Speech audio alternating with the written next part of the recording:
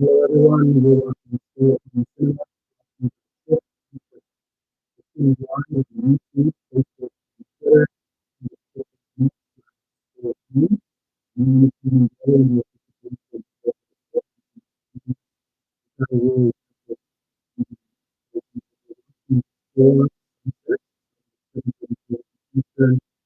very really Delpy.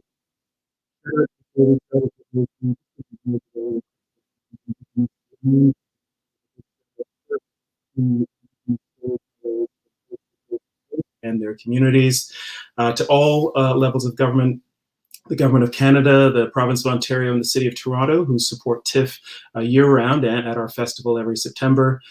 Shout out to all frontline workers who are working to keep us safe and healthy and fed.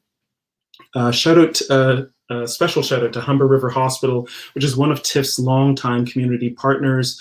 Humber River Hospital is an acute care center in Toronto, and their outreach programs connect with neighbors and organizations in the Toronto area. They're also currently one of the hospitals that's functioning as a COVID-19 assessment center. We want to also thank our partners, our longtime partners, beginning with lead sponsor Bell, and our major partners RBC, L'Oreal, Paris, and Visa. And a big thanks to all of our donors and members, maybe people like you who have been supporting us for years and who are keeping us going. Thank you. 2 weeks ago almost, our stay-at-home cinema film was Before Sunrise, the first film in one of the most remarkable collaborations in cinema. Richard Linklater, Julie Delpy, and Ethan Hawke. And tonight, its celebrated sequel, Before Sunset, which was made 9 years later and premiered at the Berlin Film Festival in 2004. The characters in the film, Céline and Jesse, are now full adults. The romance is richer, the conversation's more complex, and the world around them is at war. It's one of my favorite films. By the time Julie Delpy was 25 years old, she had already acted in films with Jean-Luc Godard, Leos Carax, Agnieszka Holland, and Krzysztof Kieslowski.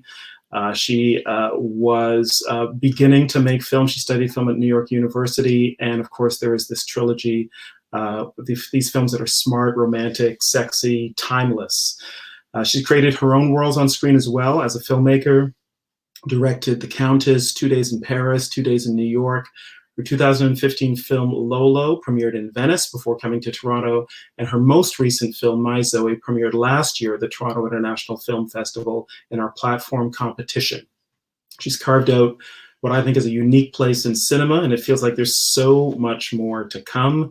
But tonight we're going back to 2004 and the pivotal middle film in the trilogy, Before Sunset. Julie, welcome to Stay at Home Cinema. Thank you. Thank you for having me. Thank you. And you're speaking to us from LA tonight, is that right? Yeah. All right. Now, I had watched Before Sunset, I think only twice since I went back to it recently to prepare for tonight. Mm-hmm. But I found when I watched it that I felt like I knew all the scenes. I felt like I knew the dialogue, the shots. It was like living inside of me still, and I hadn't seen it in years and years. I wondered, where does this film sit in your life now? Well, you know, it's interesting because you do work and it affects people a certain way, but when you're doing the work, you just remember the work itself and not the film as much as, you know, some people viewing it will remember it. You know, it's very different. I remember the process, the writing, the guys coming to my tiny studio in Paris. And when I say tiny, I mean tiny.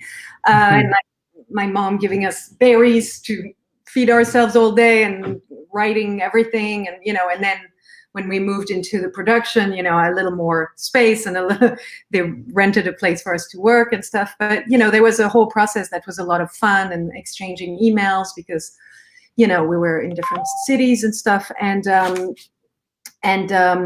yeah, that's my memory of it more than anything. And moments, you know, shooting the scene in the car was quite fun and interesting.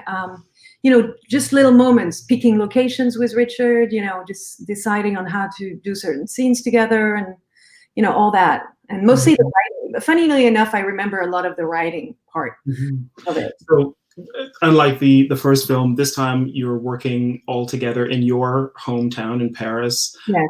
And you're also, it's a much more collaborative process from what I understand. It was collaborative from the beginning, but this time you're truly writing this film together. You're already a filmmaker in your own right at this point. So what was that like to create this film together in Paris?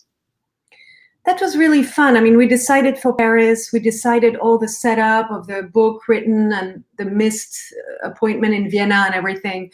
Once we had that set up, and when we decided to have a real-time kind of film, like an hour and a half in that moment of meeting, reconnecting, you know, then it came about like, how do you keep an audience, how do you keep anything alive in an hour and a half of two people meeting and talking, you know, without it being completely boring. So then you start thinking of, you know, the structure of a classic film with a story and interaction and stuff, but this time there is none of that. There is just two people talking.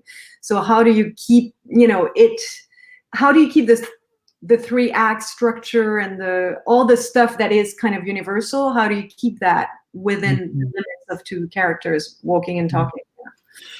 One of the things I really like about the conversations they have is that it's not just this, you know, great immersion in philosophy and ideas about life in the world, but it's also about their own past as well, which they remember a little differently. And that's part of the kind of the tension in the film. And I wonder how you kind of worked out that sense, especially that critical moment when they can't quite remember, did they actually do it or not?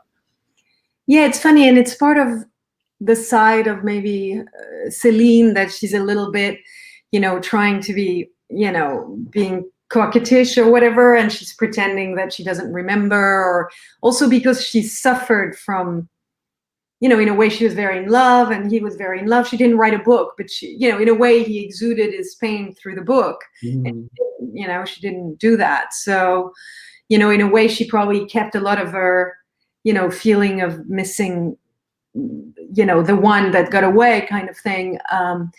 It's still in her in a way, you know, he's written a book. She's still, so she's trying to hide her feelings at the beginning, you know, and she reveals finally in the taxi, she reveals how she really feels, you know. The three of you, Ethan and Richard, are, you know, all writers of your own work as well. I imagine you've got different voices, different sensibilities as writers. How do you kind of bring all of those threads together to form one script that has coherence? Are you writing, you're not just writing your own character, I presume you're all contributing to the whole film?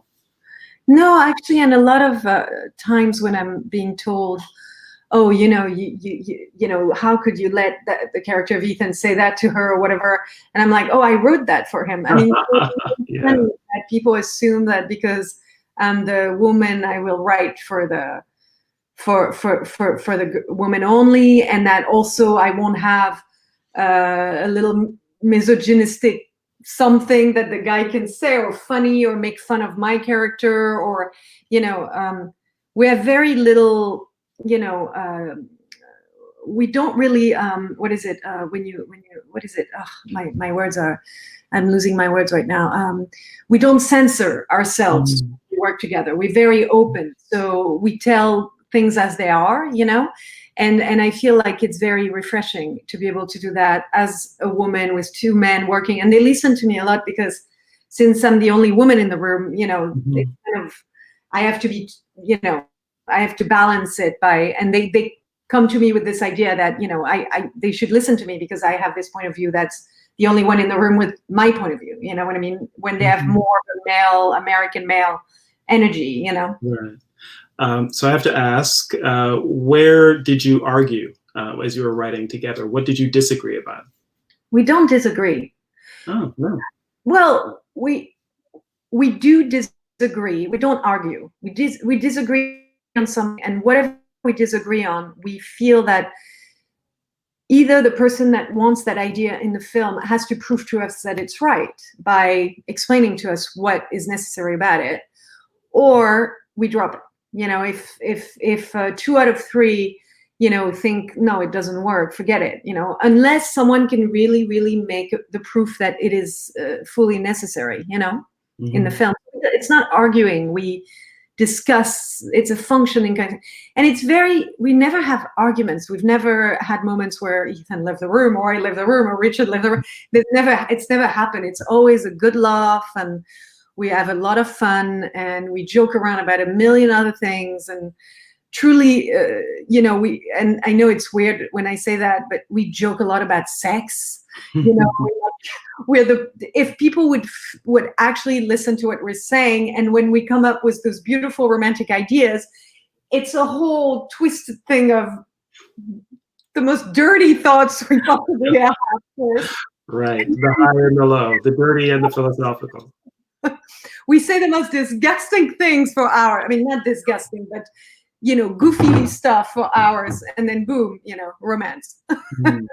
So it's funny. It's funny.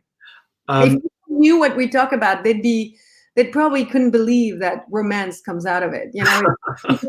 But what is romance if it's not an expression of something that's true? And when we joke about all those things, there's a truth to it. So I think it's a true connection.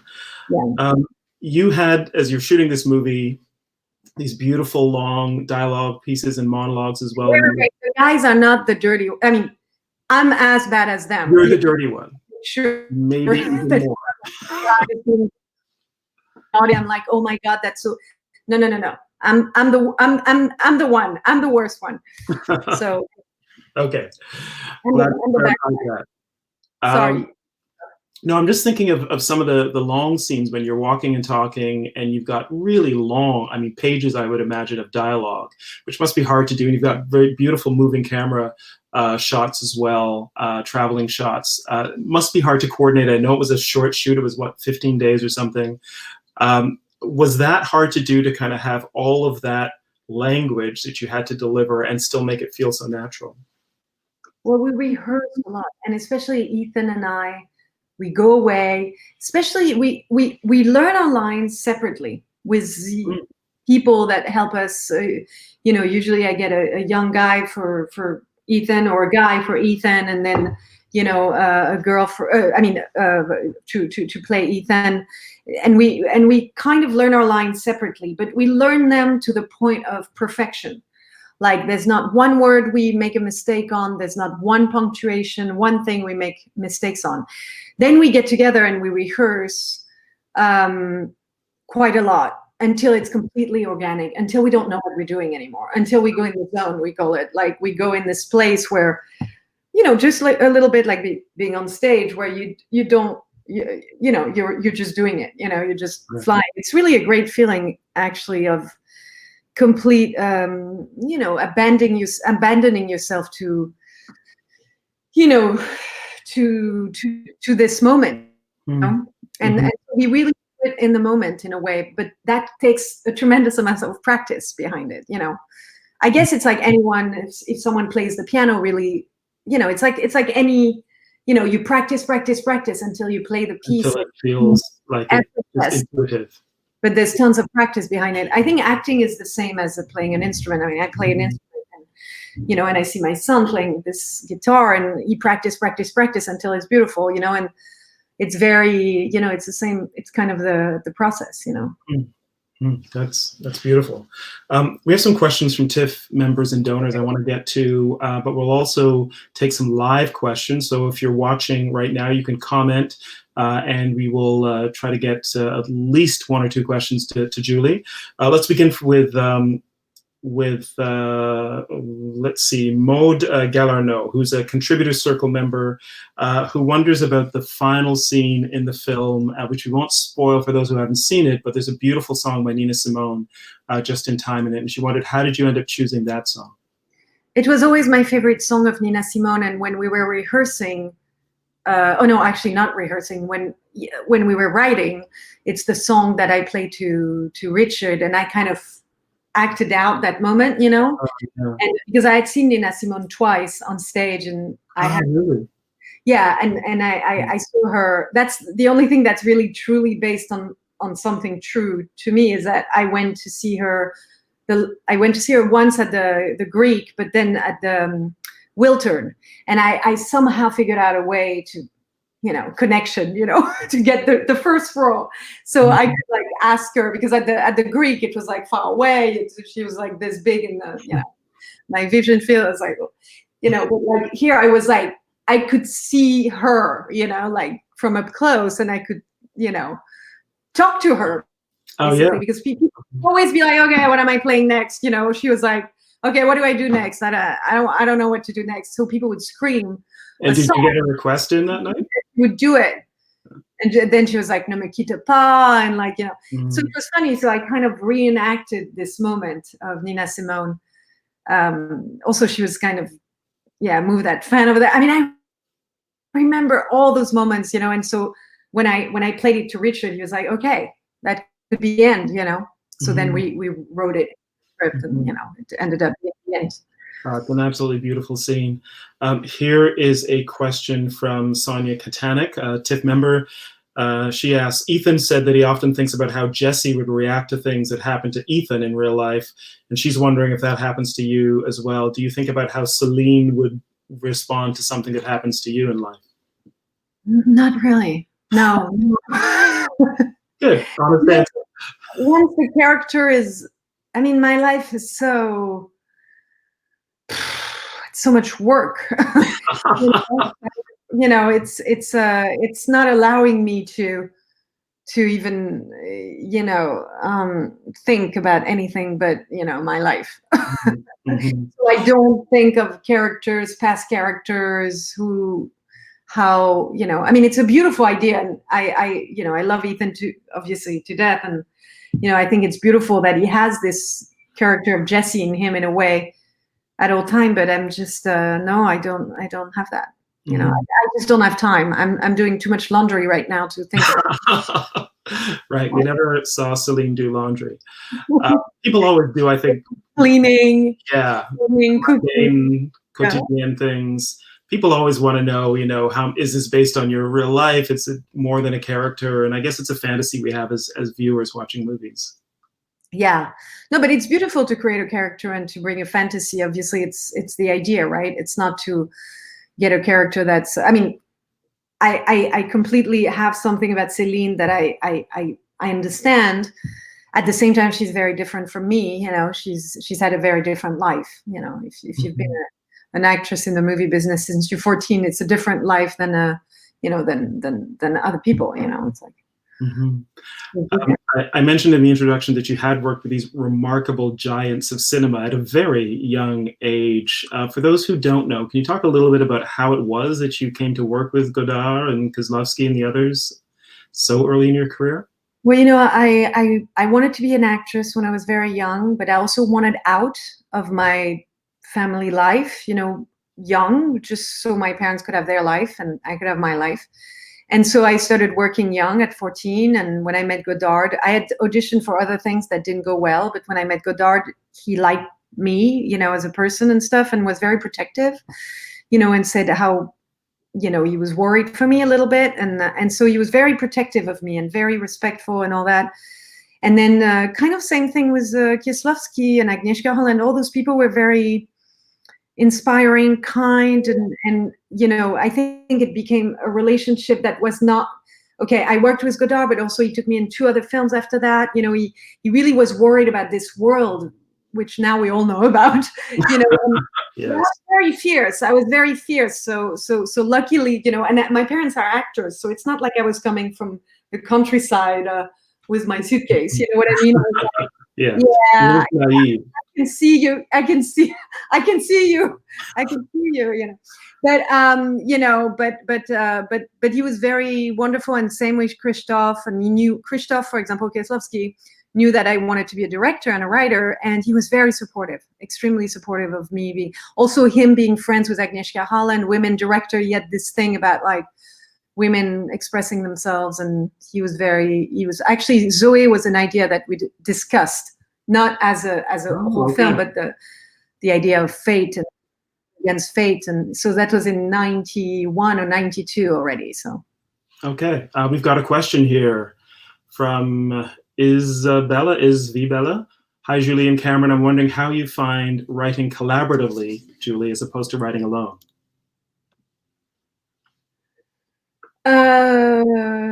It's different.